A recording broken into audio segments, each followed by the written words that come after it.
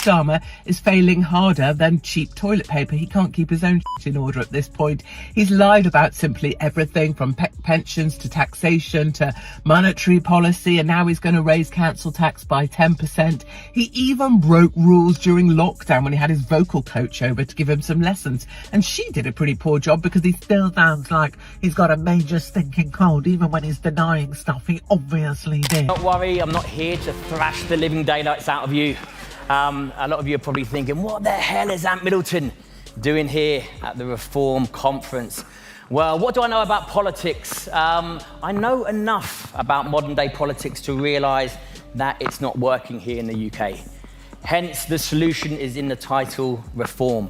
Political reform is definitely needed, and it doesn't take the brains of Elon Musk to realise that.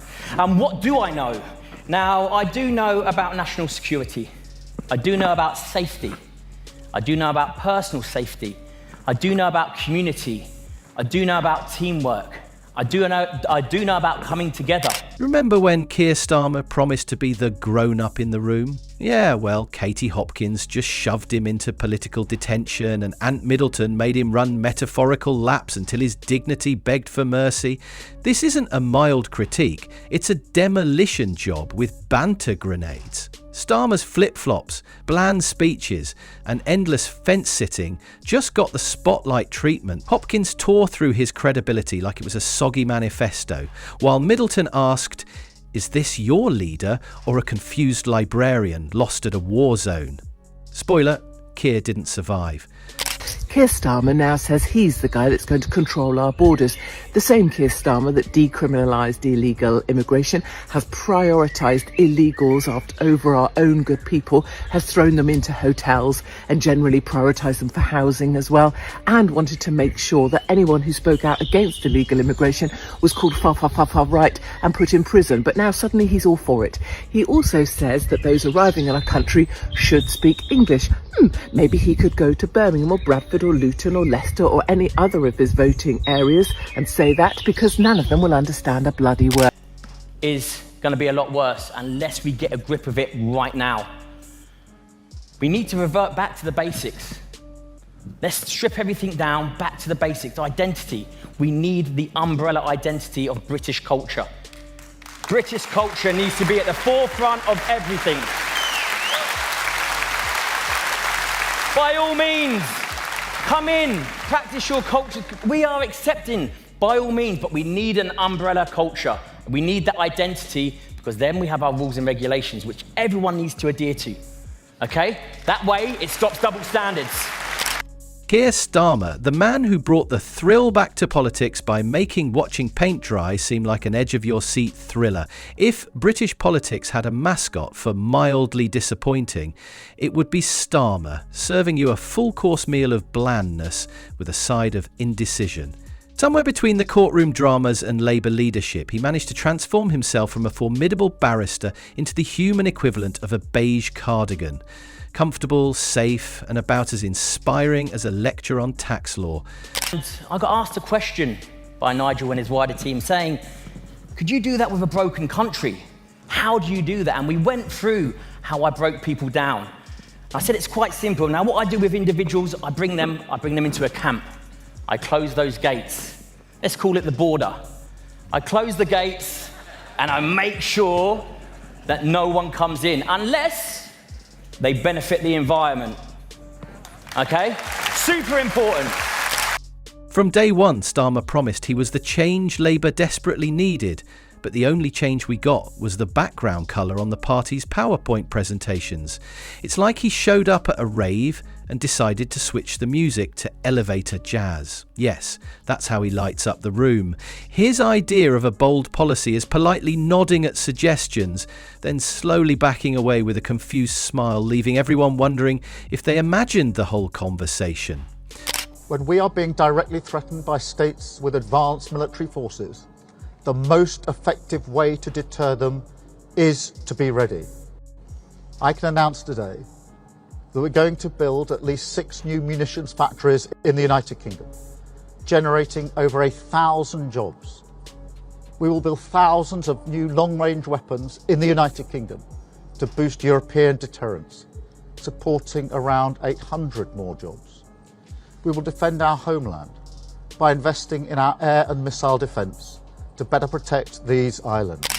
And speaking of bold moves, his stance on Brexit could be summed up as maybe, sort of, eventually, if we get round to it. A man so committed to avoiding controversy you'd think his political strategy was sponsored by a pacifier company. While others made waves, Starmer floated gently downstream, waving a little flag that said, "I'm here, but I promise not to rock the boat."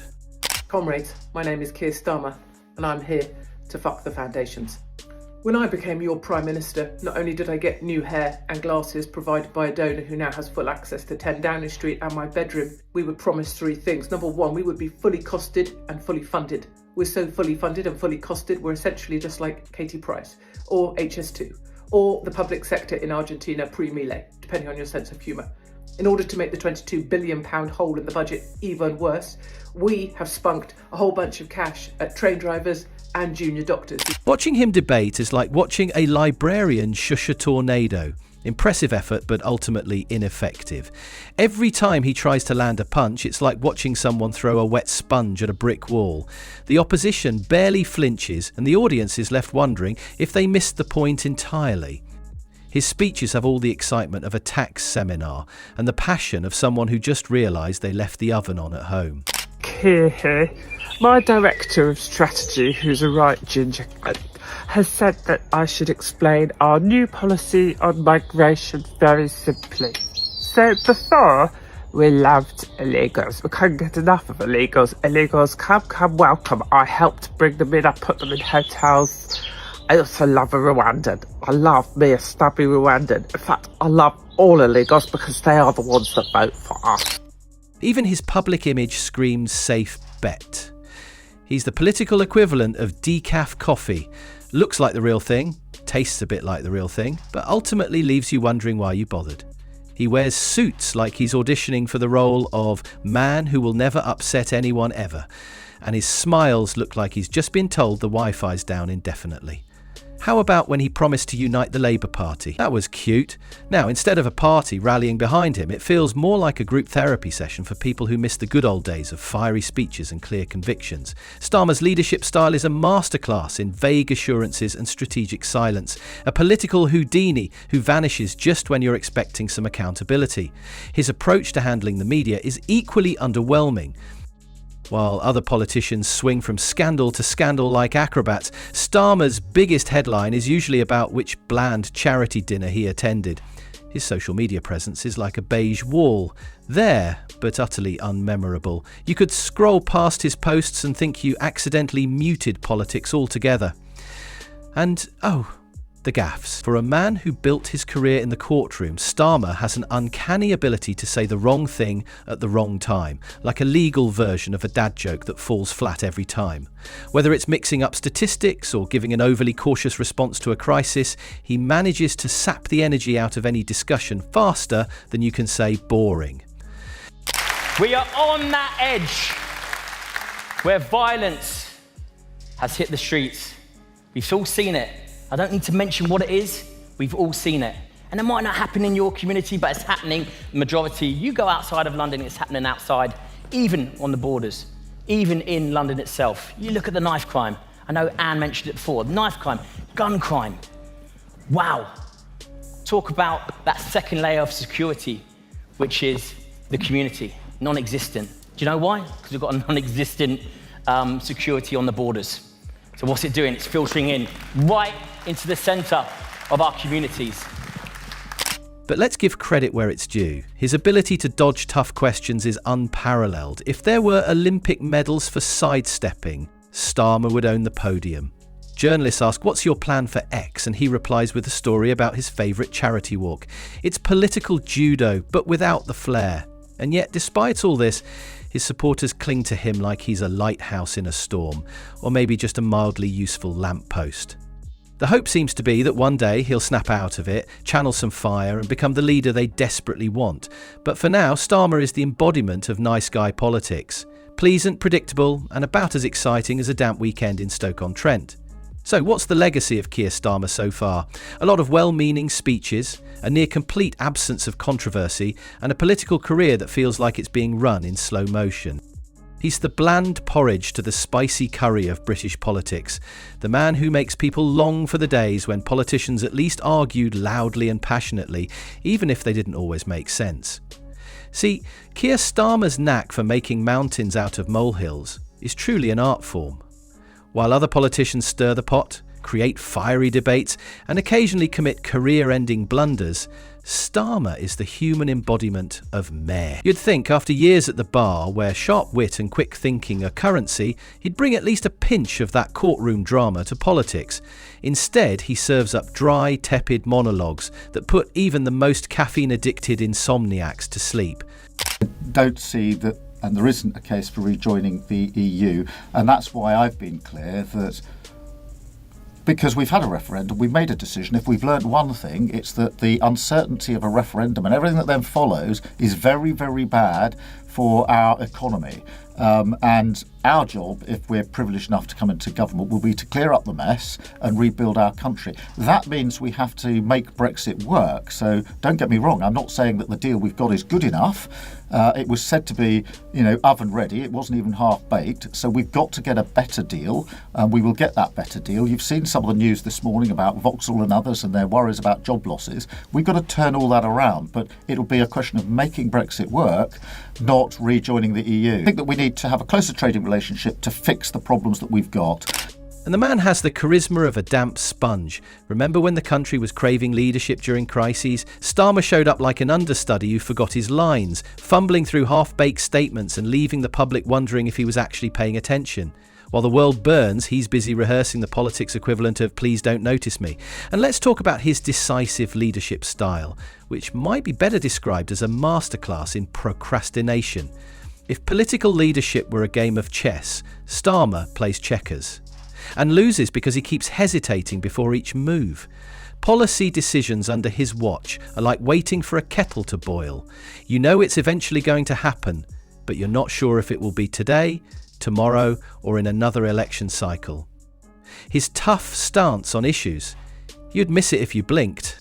Starmer's biggest flex is agreeing to not rock the boat too hard. In an age when bold leadership demands clear convictions and courageous stands, he's the politician equivalent of a safety net, there to catch the fall, but offering nothing more than mild comfort. Even his critics have to admit, he's consistently consistent, which in this context means consistently underwhelming.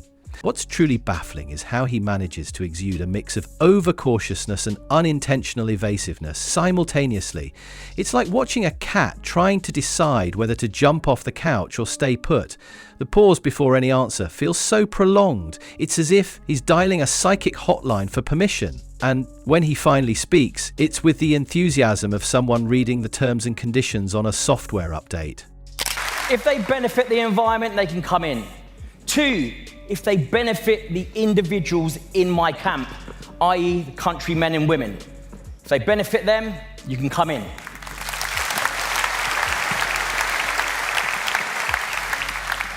Also, if they adhere to the rules and regulations of my camp.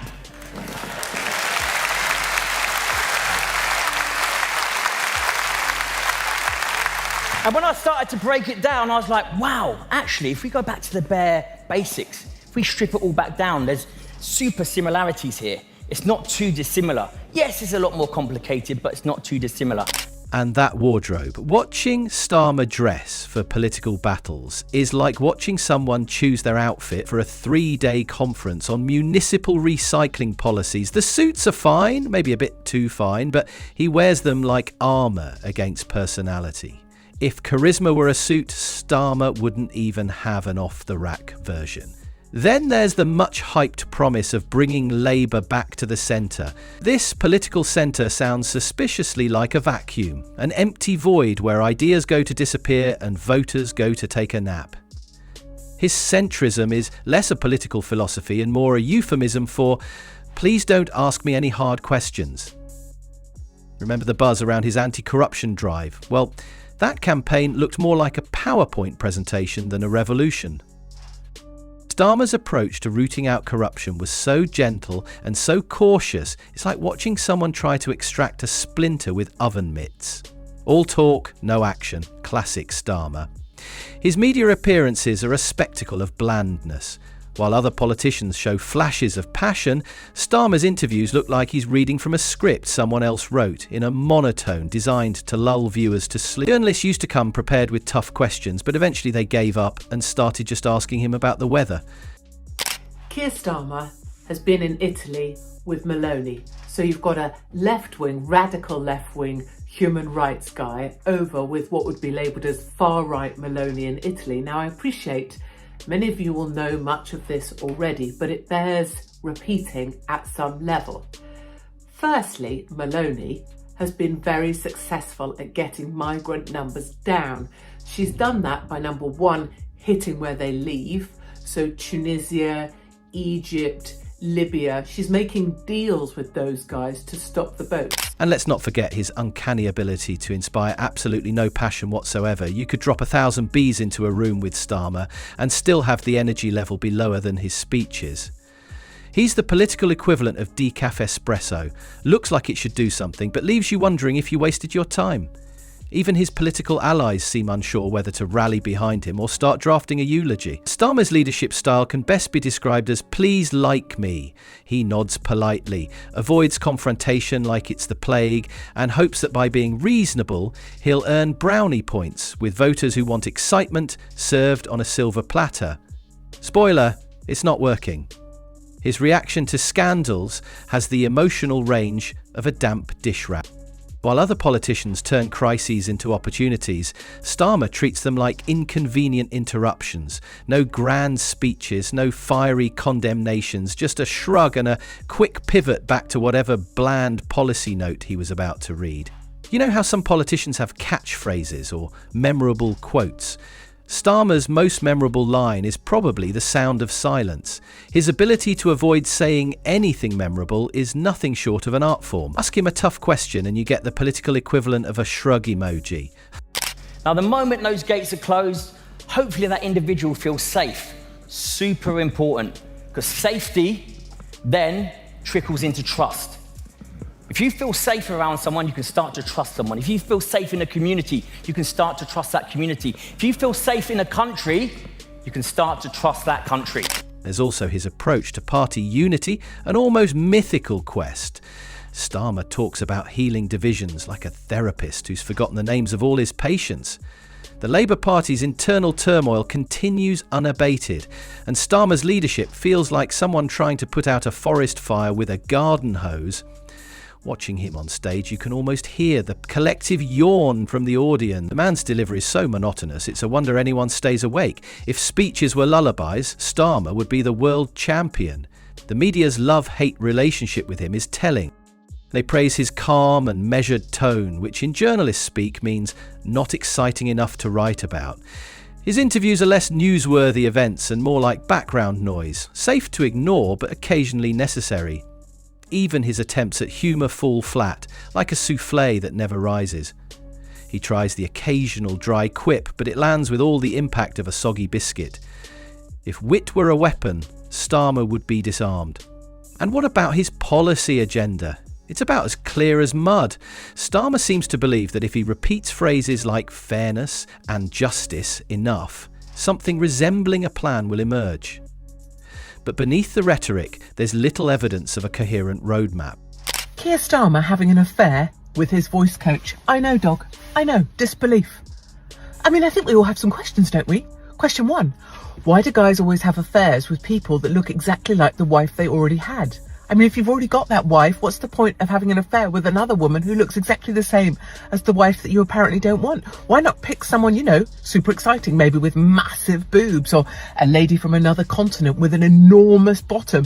I mean, just something completely different to what you've already got. Why are you still shopping in the same supermarket? Individuals, I bring them into a camp. I close those gates. Let's call it the border.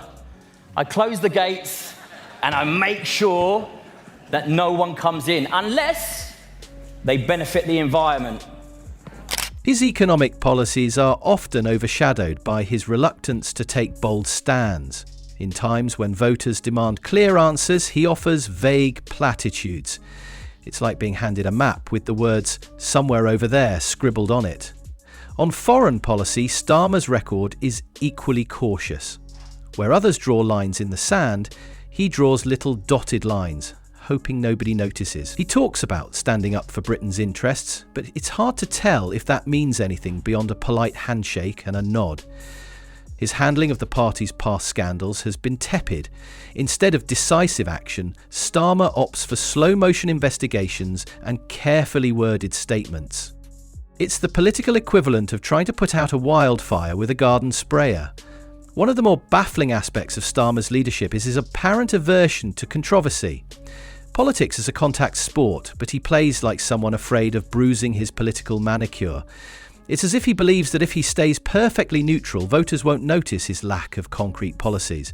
And let's be honest, the media loves a good villain or a fiery hero. Starmer, meanwhile, is the background extra necessary for the scene, but utterly forgettable. His biggest drama seems to be whether to wear a blue tie or a red one. In the end, Keir Starmer is a political enigma wrapped in a suit, with the charisma of a damp weekend and the excitement level of a tax seminar. He's the man who promised change and delivered a masterclass in inertia.